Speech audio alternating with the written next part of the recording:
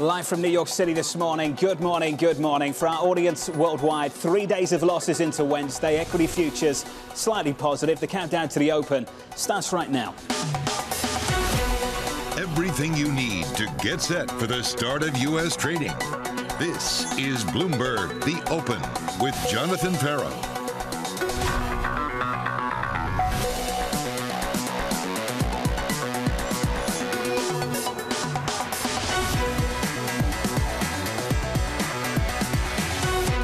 Live from New York, we begin with the big issue. Markets on edge ahead of Jackson Hole.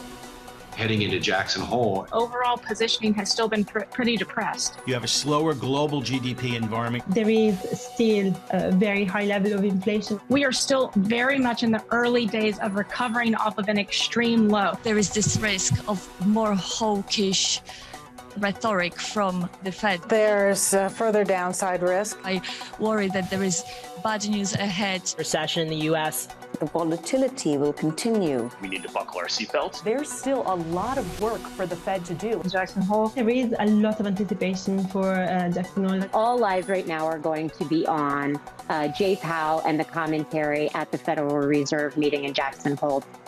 Joining us now to discuss JP Morgan's Bob Michael and Morgan Stanley's Mike Wilson. Bob, I want to start with you. It's not a pre-market therapy session, but I'm told you've got worries, hopes and wishes. Tell me about them. Yeah, hi, John. I do. I worry that at Jackson Hole, Powell will state the obvious, that their battle is against inflation. It may bring recession, and ultimately the thought about a pivot to cutting rates at the back end of next year is sheer fantasy. What I hope for at a minimum is that he gives us some metrics about what would it be that would cause them to pause rate hikes and what would cause them to actually start to cut rates. And I think it's some combination of core inflation metrics and unemployment. What I think the Fed should be doing, and Powell in particular, is taking the central bank lead on this and make it his moment. For God's sakes, we're facing the highest inflation in 40 years. We're seeing the most aggressive global central bank policy response in that 40 years. We're seeing rate hikes nobody ever imagined. We're going to see a liquidity withdrawal from quantitative tightening that we've never experienced before. And it's going to be painful for households and businesses. But I think he needs to lay out exactly why that's necessary and the evils of inflation becoming entrenched. I don't know that he'll go there, but he should. And we've got to work out what it means for this market. Mike Wilson, your words. With the Fed still very much in the picture and earnings estimates likely to fall further, equity markets are almost as unattractive as they were at the beginning of the year. Mike, do you still hold that view? Yeah, we just wrote that one, so I'm definitely in that camp right now. The old fire and ice narrative is coming back into play, John, because the Fed's job is incomplete, as Bob laid out, and the Fed knows that. So I think the big change this time versus say prior periods when maybe markets got excited about a Fed pivot is this time they're not going to, unless something really bad happens, which of course won't be good for stocks. So I just think that 15 years of excessive monetary policy has made the average investor sort of complacent around this, reality. But the second part of our narrative, the ICE portion, is really where we think we have a more differentiated view. I would say most investors we speak to around the Fed are realistic. They know they're not cutting rates anytime soon. Maybe the bond market's pricing that early next year. I don't know. But that hasn't been a great predictor anyways. So most investors, I think, are realistic about the Fed and inflation. That's why multiples went down 30%, between January and May. And look, what they're not realistic about, I believe, is they're not really accounting for the negative operating leverage that we're about to experience. And I say that with confidence because most investors missed the positive operating leverage on the upside. And so it's just a mirror image of that. Inflation now is coming through the cost channel faster than it is at the endpoint channel. That doesn't mean inflation is going away at the endpoint. It just means that costs are increasing faster, which means margins are really eroding. And we've seen a couple of examples that recently some of the lower quality retailers where they cut revenues by 100 basis points and then the earnings go down by 30%. That's how it works. And we're not into that phase yet. That's the next step. It probably begins in the third quarter, in the fourth quarter of earnings season, which will, these companies are going to have to admit that the negative operating leverage is much worse than what people are modeling today. Mike, how frame this for us then? Just how strong is your conviction that earnings expectations are still too high? Extremely high. I mean, my conviction level is high on that. It's similar to my conviction level on the Fed in December, which was that people were underestimating where the Fed was going to have to go, and that's why multiples are going to come down. And so our focus, as you know, John, we talk frequently, really in April is when we pivoted from focusing so much on the Fed and inflation more to the slowdown that was now upon us. And I think we timed that pretty well. What happened is in June, the consensus started to share that view, particularly on the buy side. And so stocks and bonds priced both, right? We got to rates at 3.5 on a 10-year. We got, it's the multiples, really got clobbered.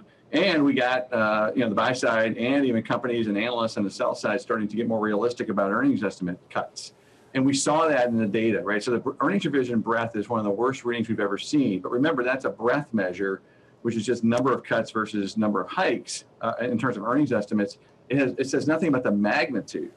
And in our experience, it usually takes 3 to 4 quarters for the earnings cuts to be finished, and the market typically bottoms somewhere in the middle of that process. So we're in early days on the earnings revisions in terms of the magnitude of the cuts that are coming in our view. So we'd say at a minimum, forward estimates are probably 5% too high still for next year. And if it's a recession, it's probably more like 15. Bob, you've said there's a price to pay. I know you agree to some degree here, a price to pay to get CPI down. What is the price we've got to pay in the economy?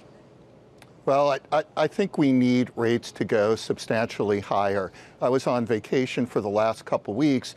When I came back, I thought, the bond market looks mighty expensive and looks pretty placid as well.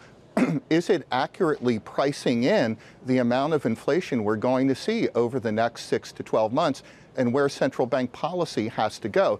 And you're starting to now see that in Europe, although I think the U.S. market is still a little bit calmer. I think, again, this is why Powell needs to use Jackson Hole to lay out the case very clearly that, yes, there are a lot of things in the supply chain. There are a lot of things about commodity prices they can't control. What they can control is to make the cost of financing higher prices punitive. So you have to think twice before you buy that next car or that next home or put stuff on your credit card.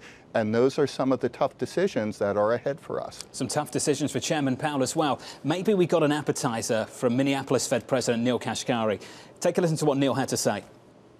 With inflation this high, I'm in the mode of we need to err on making sure we're getting inflation down and only relax when we see compelling evidence that inflation is well on its way back down to 2%.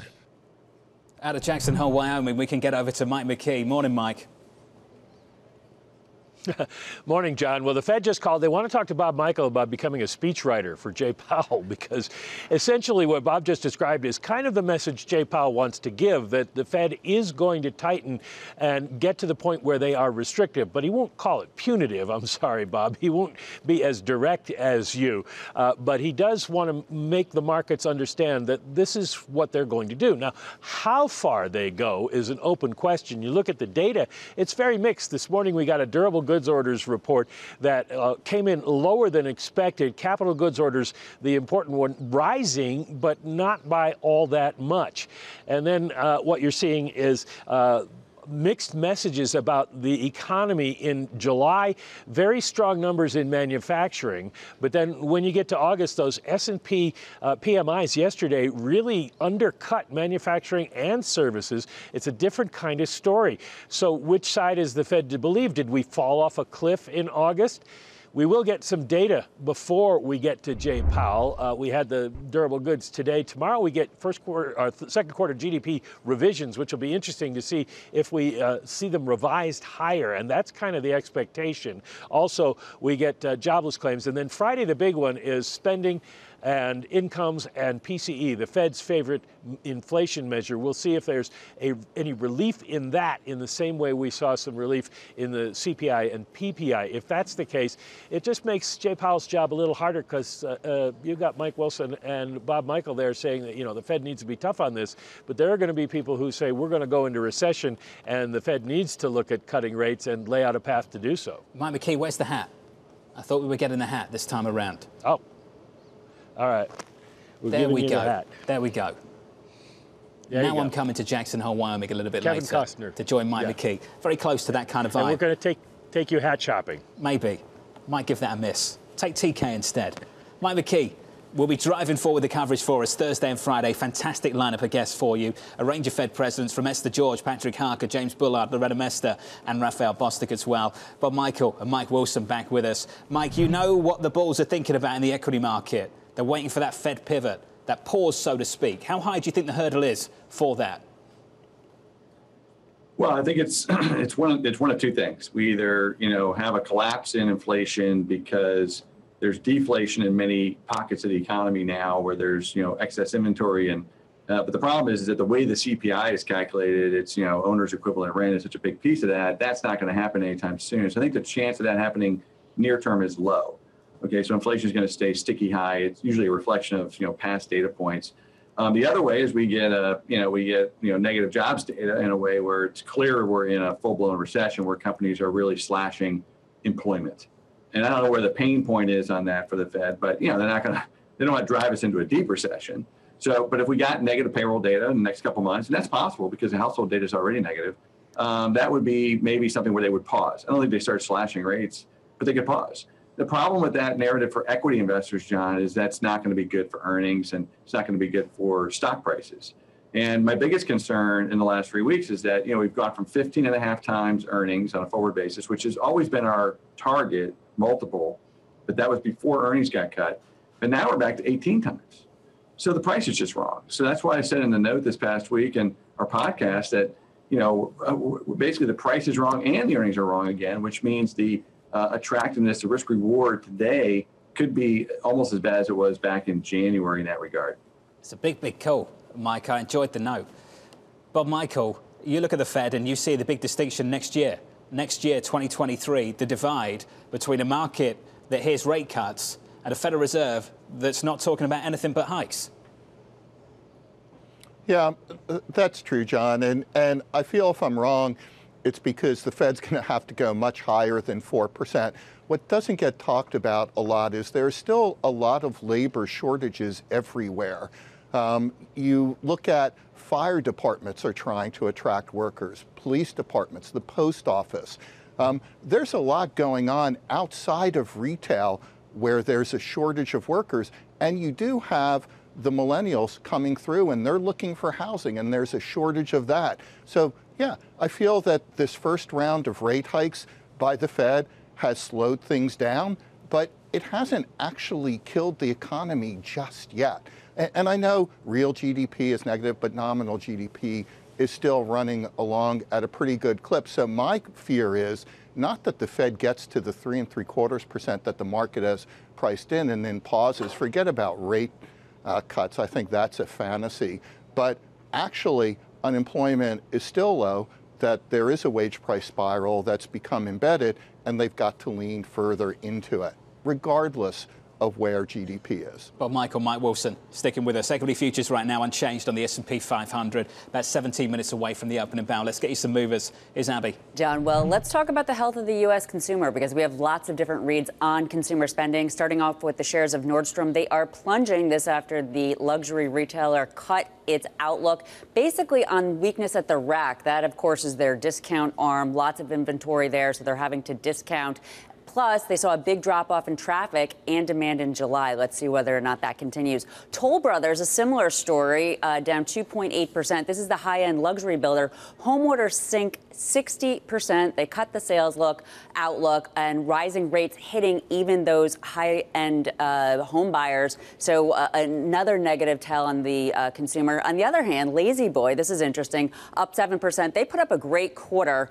They beat sales by 7%, earnings by 35%, and they're they're actually holding high prices. So you have demand for those pre-made goods. There is also an 8% short interest, so a bit of a squeeze. And then Peloton up 9.3%. They are doing what they said they weren't going to do. They're now selling some of their bikes and accessories on Amazon. There's a short interest there too, so that could be a bit of a squeeze as well, John. When times get tough, you start doing things you promised you weren't going to do. Abby, thank you. Coming up, the latest quarterly results fueling some concerns about the state of the economy.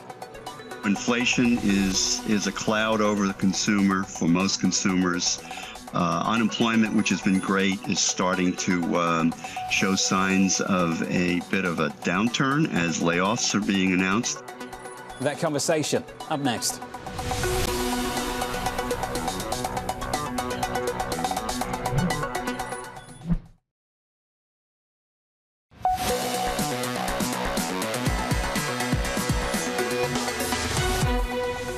The downdraft in consumer stock prices year to date in 2022 has baked in the expectations of moderation. Inflation is a cloud over the consumer for most consumers. Unemployment, which has been great, is starting to show signs of a bit of a downturn. There'll be more promotions, there'll be more markdowns, there'll be more goods available for off price. The question is just how will they be able to pivot through this holiday season. Consumer concerns intensifying following another wave of disappointing results. Nordstrom joining a growing list of retailers cutting its profit outlook, with surging inflation weighing on demand, particularly among lower-income customers. This as Toll Brothers signal a slowdown in more affluent spenders, reporting a significant miss in orders, with rising rates squeezing wealthier Americans. Our team coverage starts right now with Abby and Taylor Riggs. Hey, Abby. Hey, John. Well, yeah, it's really pretty clear here that Nordstrom is joining the retailers that are struggling with demand and consumers dealing with high inflation, cutting back on spending. This is sending the shares of Nordstrom themselves down sharply, down more than 12%. There is a high bearish short interest, so that could be a piece of this. But it has everything to do with the slowdown that they saw beginning at the end of June into July, demand and traffic. They're also saying that it has much more to do with the lower income consumer. There had been some idea that the affluent consumer would hold this company up. That just is not the case. They cut their outlook, and that rack segment, John, doing really very poorly. Abby, thank you. Taylor, Toll Brothers, another one to worry about, I guess.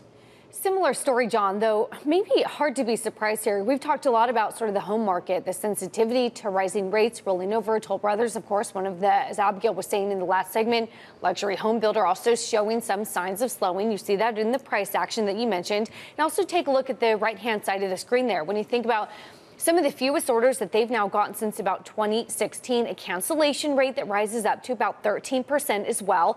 Those numbers are now the highest since, if you think about the property crash and the great financial crisis back in 2000s, John, that's when you start to roll over and get a little nervous. Taylor, problematic, although expected for a lot of people and largely anticipated. Abby and Taylor there on the latest here. Bob Michael, Mike Wilson back with us. Bob Michael, I've got to ask you this on credit spreads. Have we seen the wider this year, do you think? You told me last time maybe we have. What do you think now?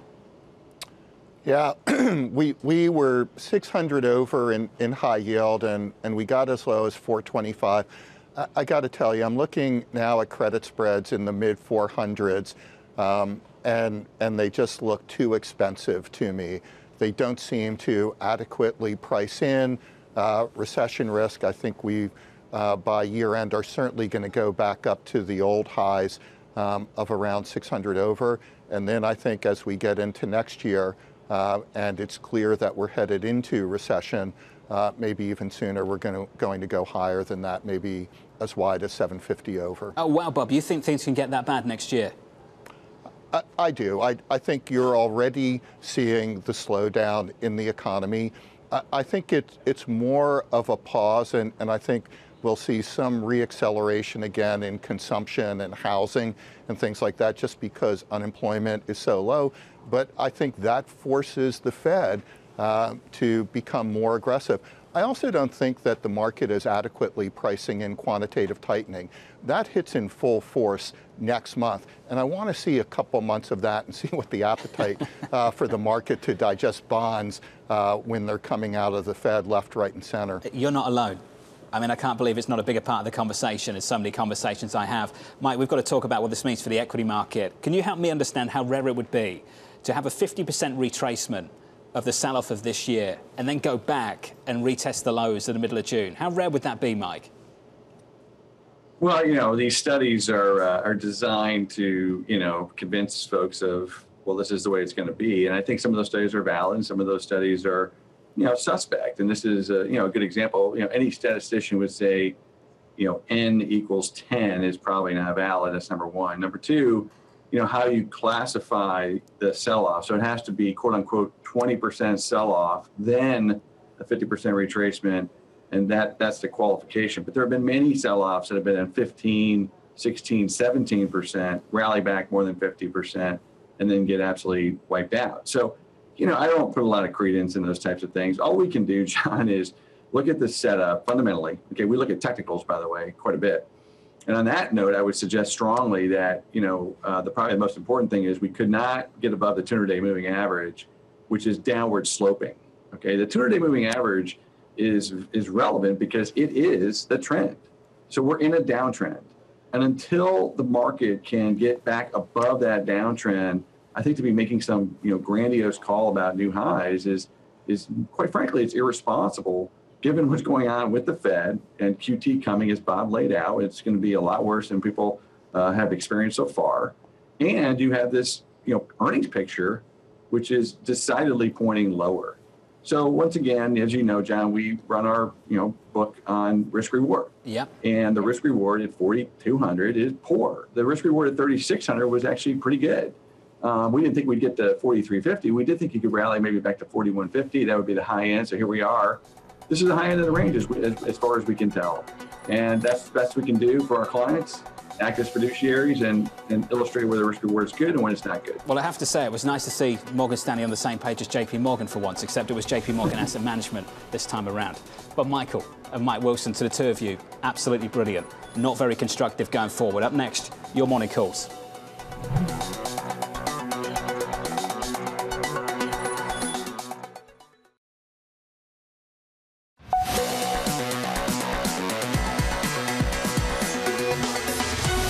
Live from New York, let's get you some morning calls. First up, Rosenblatt downgrading Twitter to neutral, seeing too many question marks. Raymond James downgrading Medtronic to market perform, expecting limited upside amid slowing sales. And finally, Citi kind of gets Macy's price target to 21, warning that customers are likely to keep pulling back on spending. Coming up, the opening bell with Judy Beale of Kane Anderson Rundick.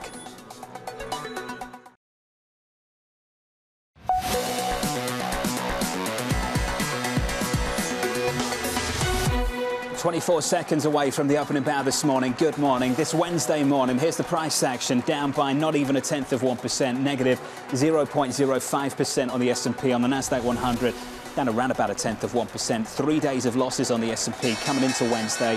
There's your opening bow this Wednesday. Switch up the board and get to the bond market. Yields higher by 5 basis points on a 10-year, just creeping up over the last few weeks to about 3.1% now, 3.0983% on a 10-year. The euro can't really buy a day of gains at the moment. Just about squeezed one out yesterday. Euro dollar 99.22, threatening to break down to 98. I can't get used to this. We're down about 0.5% on this currency pair. I think we had years and years of parity calls, and finally, there it is. Crude 93.80. That one's been climbing recently. It faded in the last couple of hours. Now flat on the day.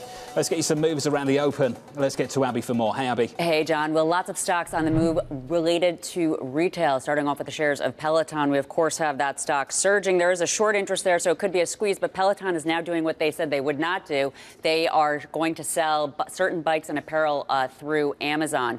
Farfetch, the online luxury retailer, is acquiring a nearly 48% stake in an Italian online fashion retailer. Investors clearly like that, with that stock up 14%. But Bed Bath & Beyond up 24% on a Wall Street Journal report that they have found a bank for sourcing for private funding to help with liquidity. That was, of course, the rumors of that, speculation around that possibility was what helped set off the rally just a few weeks ago. Nordstrom, on the other hand, down 16%. They, of course, cut their outlook, weakness with the lower income consumer, their rack segment, the inventory, they're bloated. And John, you know, of course, this year is so interesting because The discretionary sector has been down sharply. If we take a look at staples, down a little bit, down just a couple of percentage points, but that's huge outperformance relative to the consumer discretionary sector that is down double digits. And very interesting, John, I hope that you'll like this one. If we take a look at a Conference Board indicator, the consumers' plans to buy large appliances, last month it plunged to the lowest level since basically coming out of the financial crisis in 2010. We'll have a new reading in 6 days. That will be a big tell on what consumers are planning to do, again, with those large appliance purchases. There are some real difficulties out there, Abby, in a big, big way. I'll talk about a data point of my own, of Business Week's actually, in just a moment. Here's a stock to watch. Twitter, down about 2% around the opening bell. A whistleblower accusing the company of egregious deficiencies in its handling of spam bots and user information. The company's CEO pushing back in an email to employees, writing the following: "What we've seen so far is a false narrative that is riddled with inconsistencies and inaccuracies." Katie Lyons, what a soap opera.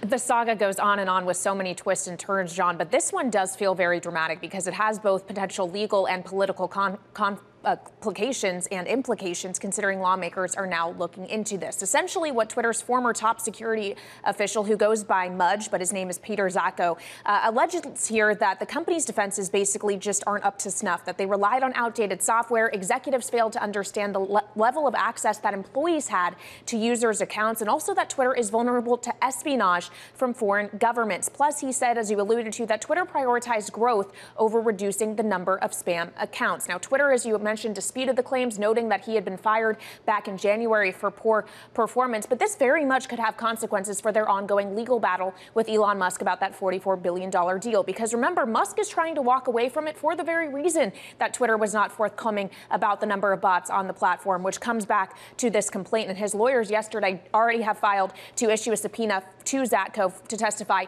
in that ongoing court battle. One analyst over at Rosenblatt actually downgraded Twitter this morning, saying the complaint compels them to step back from their formerly bullish stance on the deal, opening up a new avenue for Musk to allege materially inaccurate representations by Twitter. And clearly the market not buying that this deal is ultimately going to happen, considering the shares are now trading more than $15 below that offer price of $54.20 a share. And while whatever the outcome of the deal is uncertain, there is pretty much one thing for certain, John, and that is Twitter is slowing down in terms of user growth substantially. After big growth at the beginning of the pandemic, those daily active user growth numbers have really leveled off, be those human or bot accounts, John. What does Mudge stand for?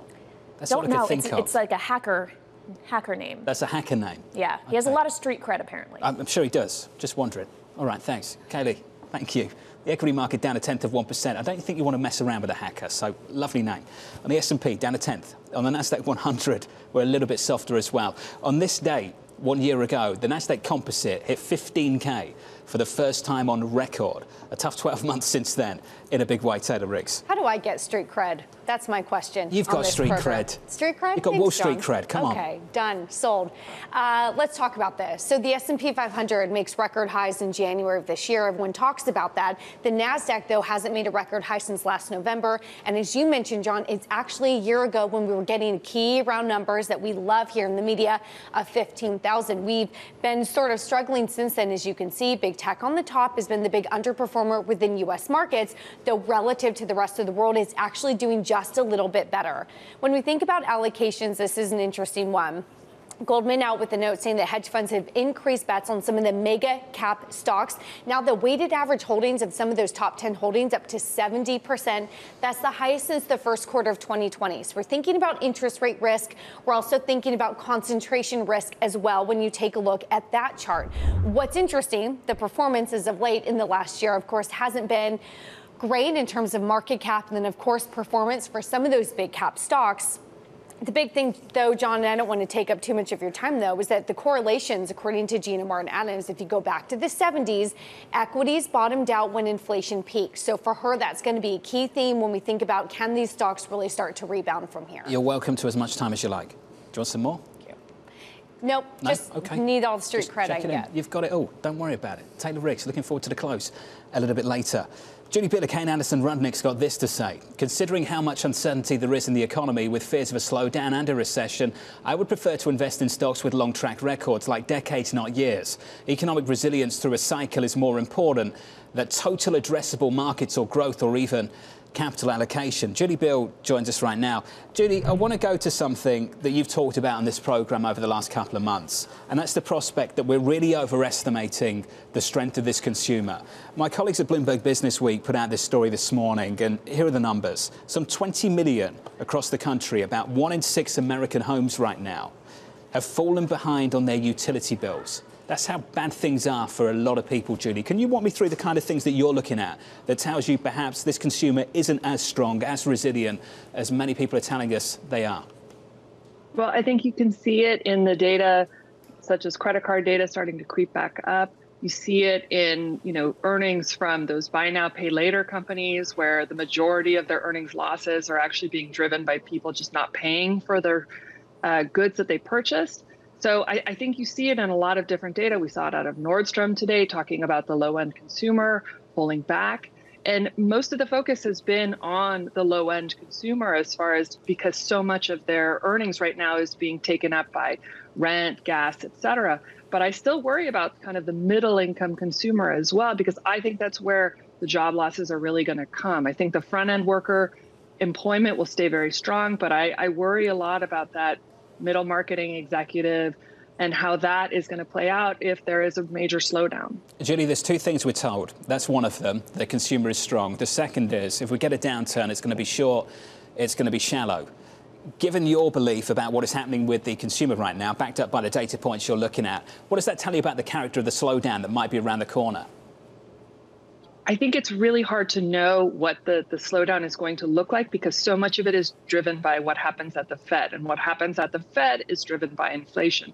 And inflation is driven by a number of factors that are not just related to economic forces, but geopolitical ones. So I think it's just really hard to know. And I think that's the reason why it's really important to focus on investing on companies with durable earnings, because you just cannot predict any of this. It's better to put yourself in a position with a company that is the master of its own destiny, rather than one that just has a lot of great secular growth. That's kind of how we're positioning right now. There's two characteristics that you pick out. One is high switching costs, and you can walk me through what you mean by that in a moment. And the second is recurring revenue. Where do you find those companies right now in this equity market, Julie, with both high switching costs and recurring revenue? Well, typically software is where you look for a lot of these types of businesses.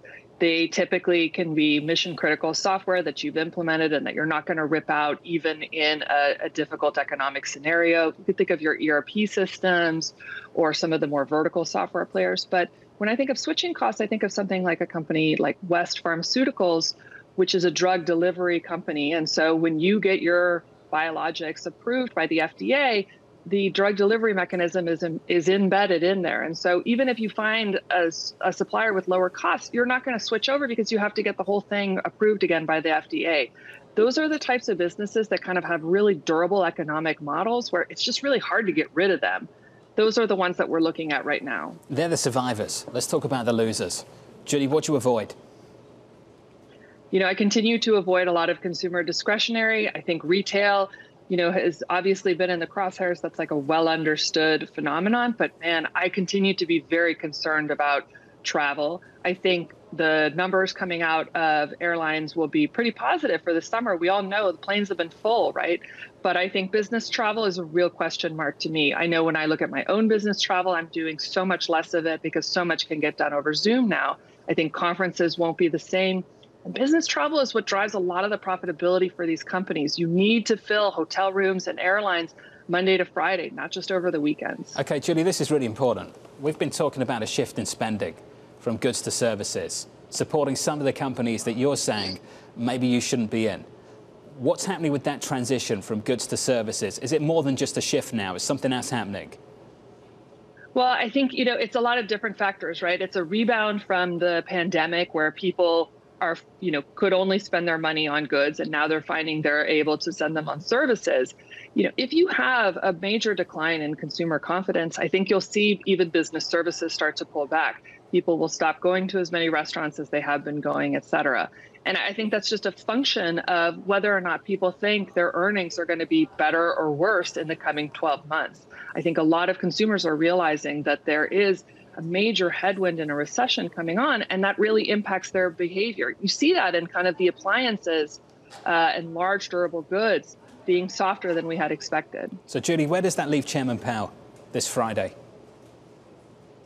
I think it's really important to be able to talk to inflation, because I think you got early signs of that last week with different Fed commentators saying, I think being concerned about this rally and this concept of the pivot, they really want to be careful about the market getting ahead of them. And I don't think they're as much concerned about equity markets. I think they're much more concerned about fixed income markets, because that's driving so much of demand and corporate finance, et cetera. So I think it's really important that we not get too far out ahead and think, oh, we're going to be cutting because, surely rates will have gone too quick, too fast. I think it's really critical that we focus on where we are in terms of inflation. And inflation, yes, it may have peaked, but it's still at very, very high levels. These are not really sustainable levels. We don't want to get into the stagflation that we did in the 1970s, where we just didn't do enough to kind of kill it all at once. It reminds me of the note that Bank of America put out in the last couple of weeks. Why are we all so happy with 8.5% CPI? Judy, thank you. Really thoughtful stuff. Judy Bill there, just pushing back against this idea that this consumer is strong, resilient, because when you look at some of these statistics out there at the moment, there's some clear cracks for you across this country. On the equity market, we're unchanged on the S&P. On the Nasdaq, we're positive by about 0.1%. Coming up, US nat gas prices rising for the first time in a couple of months. They are surging now. We need to talk about gasoline prices, which have been falling too, and now starting to nudge higher. We've been very lucky over the better part of the past 5 to 7 years, really ever since the fracking revolution back in 2015, we've been very fortunate to have low energy prices, effectively across the board. That conversation coming up.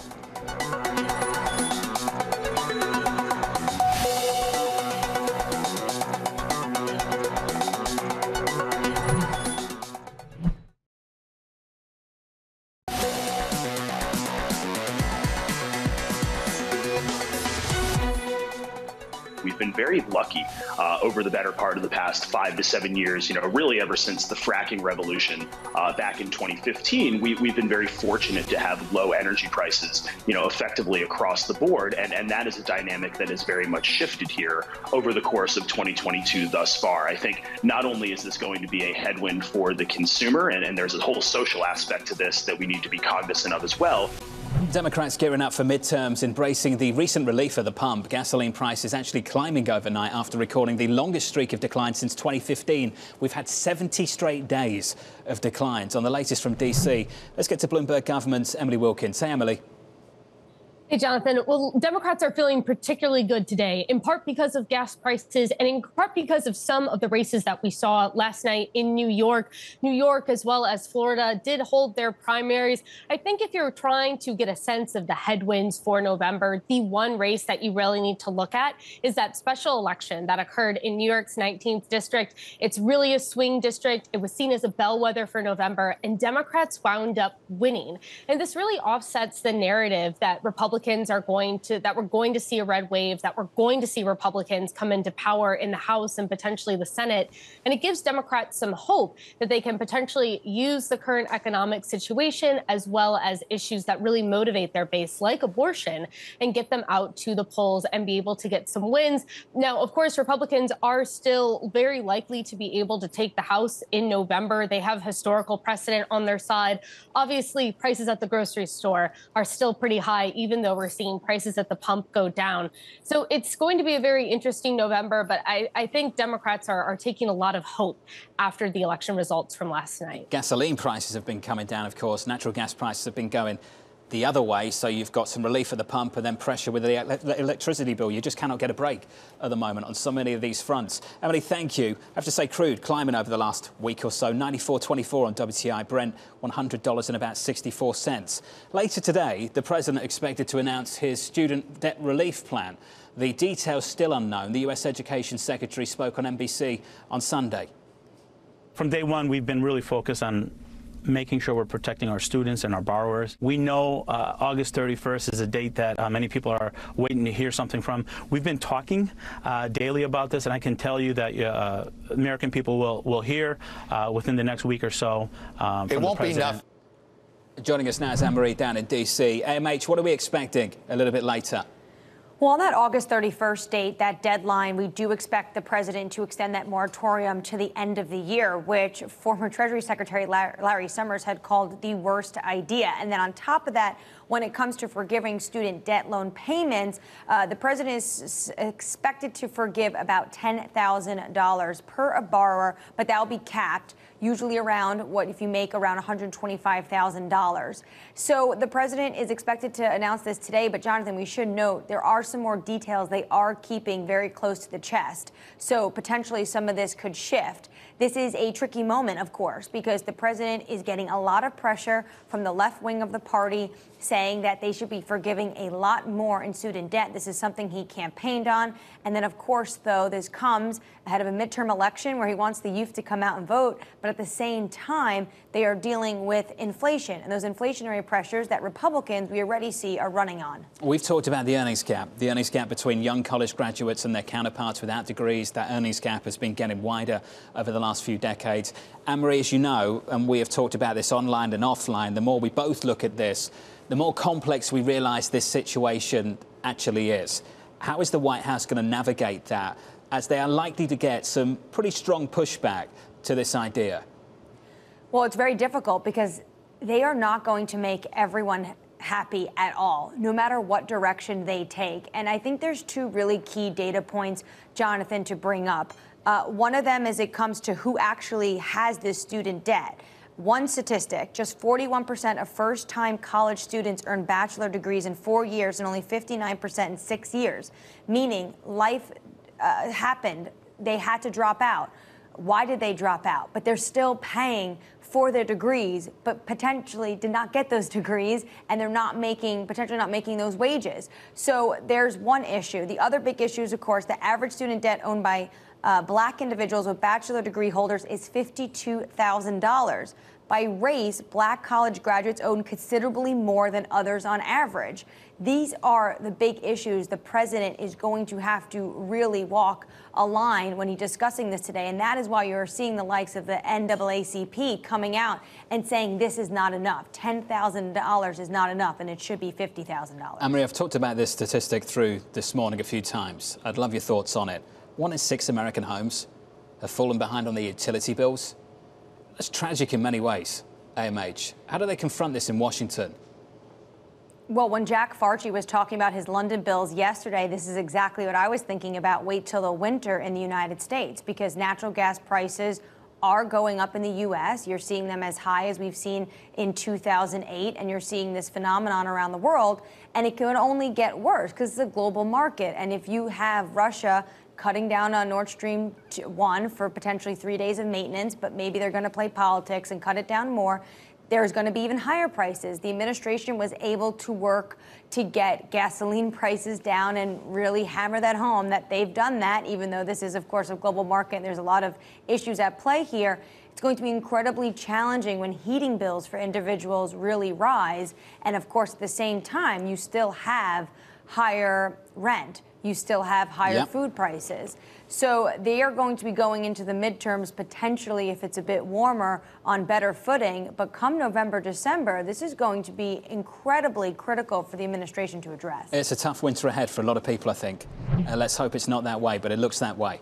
Anne-Marie, AMH down in D.C. Anne-Marie, thank you. Equities unchanged on the S&P 500. I want to squeeze in some sector price action. Let's get to Abby for more. Hey, Abby. Hey, John. Well, yes, equities are unchanged. It's a real snooze fest. I know you're not supposed to say that, but we're looking at the smallest range going back to New Year's Eve of last year. Not surprisingly, most sectors are not moving all that much, but I will point out that energy is up top, up about 0.75%. This is, of course, in line with oil rising, as you have just been talking about. And relative to the day, bigger moves in the retail sector, mixed moves, as you can see. Peloton, the big winner on that news that they're selling their bikes and apparel through Amazon. Abby, thank you. You can call it what it is, a snooze fest. We'll get you the trading diary up next.